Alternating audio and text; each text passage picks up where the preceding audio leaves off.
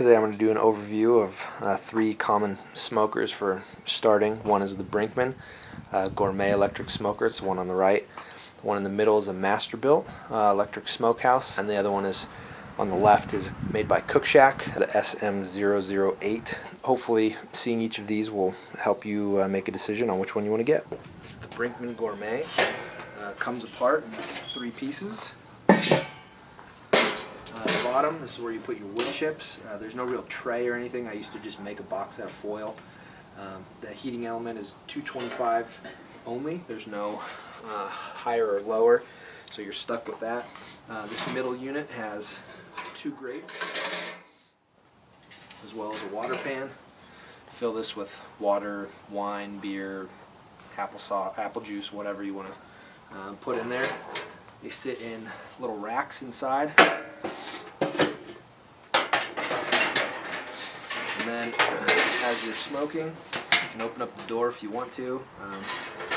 You'd lose some heat doing that, so it's not really the best way to go, but this is the only way to add more chips. You just kind of reach down and put them in. The other option would be to pull the whole top off, but you'd lose so much there that you'd not worth doing it that way. So refilling it with chips is a little bit cumbersome. The other thing that's worth noting is how thin the walls are. That was really my biggest problem that I ran into with it. When it was too hot outside, things would cook too fast. When it was too cold, things wouldn't even get to temperature. So your outside conditions really do change how you can smoke and what you can smoke, and even if you can smoke. Same with the wind. Everything just sort of sits on it. There's no locking, closing, sealing, anything. There's a gap here where when it's on, the smoke just sort of billows out, which looks cool, but the wind, that leaves room for the wind to get in. So the biggest advantage is it's under $100. You can pick it up at a local hardware store, no problem. Overall, for the price, it gets the job done if you're cooking at 225 and keeping things simple. So yeah, not a bad unit to consider for the low end starting. This is the Masterbuilt Electric Smokehouse. You can tell it's a completely different look. It looks like a refrigerator. It's got a latch here to keep the door shut. Also on the inside there's a seal, so that pretty much seals everything down, so you're not going to get smoke leaking out of the door, nor are you going to get temperature drops, which is fantastic. On the inside we have a total of 4 racks. I have one of them up right now so I can get to the water pan easily to show you. Smaller water pan, but that's not a problem. It's just depending on the engineering behind the machines, each one accommodates a different amount. As you'll see with the Cookshack, doesn't even have any. So set that right in here. There's a little lip, which is nice, and then your last grate slides right in above it. So it's nice, you get a good amount of space. Now, if you're cooking something that's too tall, I think pork shoulder typically fit in here, but you can get some of them that are too tall, so that's the only thing that you can run into there. They have a drip pan that lines the bottom. Clearly I didn't set it in right the last time I used it, but that's a really nice feature because you can just pull this out and clean it rather than have to clean the entire unit. And then this little drawer pulls out to show. These are the remnants of the wood chips that I use. Now it's important to note this uses wood chips, not chunks of wood. And we'll see that with the Cookshack. And then this slides right back into place. Now one of the things you'll maybe wonder is with the wood chips, they burn through really fast. So opening up the door is going to be an issue in terms of keeping heat in. So what they created was this cool little feature here. So this pulls out. You put your soaked wood chips in here, slide it in, and then twist it, and they've now just dropped into the pan, and it's another load. So when I've been using this, I feel like I do lose a little bit of heat, but not so much that it's really caused me trouble in terms of the times. Another neat feature on the back here, this here drains the fat and everything, the drippings. So on that pan on the bottom you can see there's a little hole there, and I don't know if you can tell, but there's a lip here, so it basically leans. This is obviously more dramatic than how it does it, but sends everything back there to that little spigot, and then this little tray, which is non-stick by the way, which is really nice for cleaning, slides right on there, so you don't have to worry about, you know, accidentally bumping it or it falling off. So that's probably one of my favorite features of this smoker, is just how easy it is in terms of keeping things clean, specifically the patio. The other thing to note on the top, there's a on-off temperature set the time, and then plus minus for increasing or decreasing time and temperature. And then it also has a little heating dot that lets you know when it's preheated. That's important. This unit requires that you preheat it, so they don't want you putting stuff in until it's up to temperature. And then the other thing is a little slider to adjust the airflow, how much air is coming out of it. So overall, very nicely built unit. Plastic doors, but it's well insulated.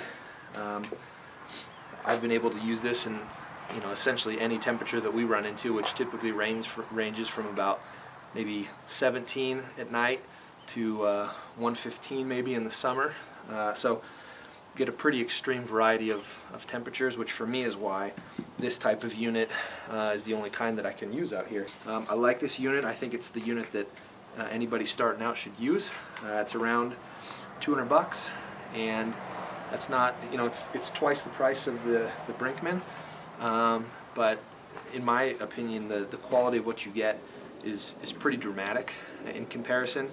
It's a lot more flexible. Overall, it's a great unit, and I can't recommend it high enough. This is the Cookshack. It's SM008. As far as I know, they actually don't make this one anymore. It was replaced by a newer unit that looks almost identical. It's a pretty simple, straightforward unit. Price range is around $600. And I'm sure the first thought is, well, why would I buy this one over the Masterbuilt? And if you're starting out, I say you shouldn't. There's a couple things that cause me to prefer this one, but I'll just give you an overview to start. Opening it up, you'll realize everything's made of metal, which is real nice. Also insulated very well. Again, no problems using this in a variety of temperatures, ranging from 17 to 115, like I said before. This one has 3 shelves, which is something to keep in mind, only because that's one less shelf of stuff that you can put in there. There's a little bit more space in between them, so you can get some taller cuts of meat in there. I've been able to do, let's see, maximum I can do 3 racks of ribs, like 3 full racks. I usually cut them in half and do half on each. I think the most I've done in terms of pork shoulder is about 40 pounds.